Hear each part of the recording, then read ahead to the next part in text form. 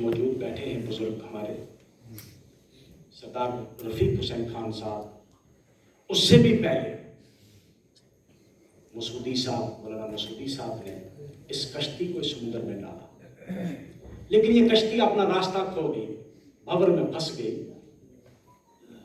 किनारे नहीं लग सकी। शायद कुदरत को विनोद गुप्ता साहब से काम लेना था, रविंदर रैना साहब से काम लेना था, और इस किश्ती को फाइनली किनारे पे लाने की जिम्मेदारी कुदरत ने इन पे डाली। इससे पहले कि ये कश्ती रख हो जाए, फना, मेरी गुजारिश है आपसे, तारीखदान शायद यहां भी अपनी उस नजर से बैठकर देख रहा होगा और तारीख के औराक में यह लिखा जाएगा कि एक बहुत बड़ी कम्युनिटी जिसने 40 साल अपनी जंग लड़ी, आखिर उस कश्ती को भंवर से निकालकर किनारे पे लाने वाले कौन अफराद थे? ये सेरा फाइनली रविंदर रैना साहब और विनोद गुप्ता साहब के। रहा सवाल, पहाड़ी कम्युनिटी कभी भी बेवफा नहीं रही, इन्होंने हमेशा वफादारी की है। मैं ये नहीं कह सकता, मैं इस स्टेज से कभी भी ये नहीं कहूंगा कि आपकी पार्टी में सब लोग छोड़ के जमा हो जाएंगे, लेकिन उसकी जरूरत नहीं पड़ेगी। पहाड़ी कौम जो है वो आपके एहसान का बदला जरूर देगी। मैं हरगिज़ ये नहीं कहता कि बाकी तमाम पार्टियां खत्म हो जाएंगी। दुनिया के किसी मुल्क में जिसमें भी जमहूरियत है, कभी कोई पार्टी न खत्म होती है, ना एक ही पार्टी में कभी कोई जंग हुआ। अमेरिका में 2 पार्टी सिस्टम है, हमेशा रहता है, कुछ हक में है, कुछ खिलाफ है, लेकिन बाई एंड लार्ज। और मैं एक चीज और अर्ज करना चाहूंगा, विनोद साहब यहाँ बैठे हैं क्योंकि ये इस वक्त जो हुकूमत है, बरसरे इक़्तिदार है, ये उनको रिप्रेजेंट करते हैं। मेरे बहुत अच्छे दोस्त भी हैं। मेरे ख्याल में कभी भी पार्टी के मामलात हमारी दोस्ती के दरमियान कभी हायल नहीं हुए होंगे। मैं जब वहाँ जज था, ये वकालत शुरू हुई तब से, और उससे पहले भी हम मेरे बहुत अच्छे करीबी दोस्त रहे हैं। ये बहुत ही अच्छे इंसान हैं, साफ दिल इंसान हैं। इनकी स्टेट फॉरवर्डनेस जो थी वो मुझे कभी कभी बहुत, मैं इनके मुंह का तारीफ नहीं करना चाहता, मैं इनसे, इनकी वसादत से एक गुजारिश करना चाहूंगा।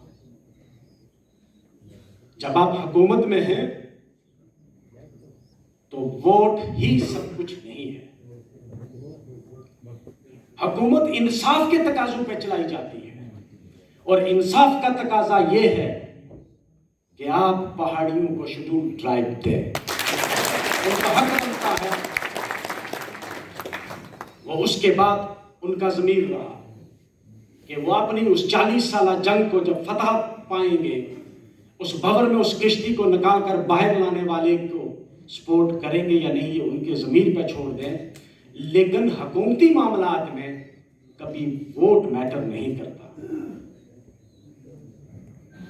हुकूमती सियासत में ठीक है, मैं नहीं कहता कि भाई सियासत में वोट की वैल्यू नहीं है, लेकिन जब आप पावर में हैं, तो पावर में जब आप हैं तो आपसे तवक्को ये की जाती है कि आप इंसाफ के तकाजों को सामने रखकर फैसला करेंगे। और इंसाफ का तकाजा ये है कि आज आपने 70% पॉपुलेशन को, मैं थोड़ी सी कड़वी बात करूंगा, 70% पॉपुलेशन डिस्ट्रिक्ट रजौरी पुंछ के, जिसमें हिंदू, मुस्लिम, सिख, आपने ब्लैकआउट कर दिया।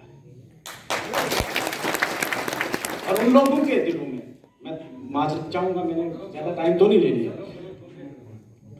उन लोगों के दिलों में, बिलखुसूस नौजवानों के दिलों में सख्त गम और गुस्सा है।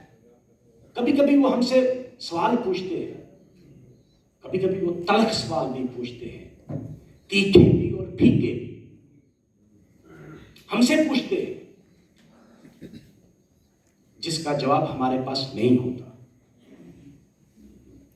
वो पूछते हैं, अल्लामा इकबाल का एक मिसरा पढ़ूंगा, दूसरा नहीं पढ़ूंगा, कि अगर हम वफादार नहीं तो तू भी दिलदार नहीं। वो हमसे पूछते हैं कि हमारी वफादारी में कहां कमी रह गई थी इस मुल्क में। हमने हर दौर में इस तिरंगे को उठा के रखा। पूरे जम्मू कश्मीर में आग लगी, हमारे पहाड़ी कबीले ने कभी वो सेपरेटिस्ट आइडियोलॉजी ने कभी स्निफ तक नहीं किया। हालांकि उस वक्त हमें ऑस्ट्रासाइज किया गया, हम पर फिक्रें कसे गई, लेकिन हमने इस मुल्क की सालमियत के लिए इस मुल्क के साथ अपनी वफादारी का सबूत दिया। आज वो नौजवान, मैं दिवोद साहब से ये कहना चाहूंगा, आज वही नौजवान हमसे सवाल पूछता है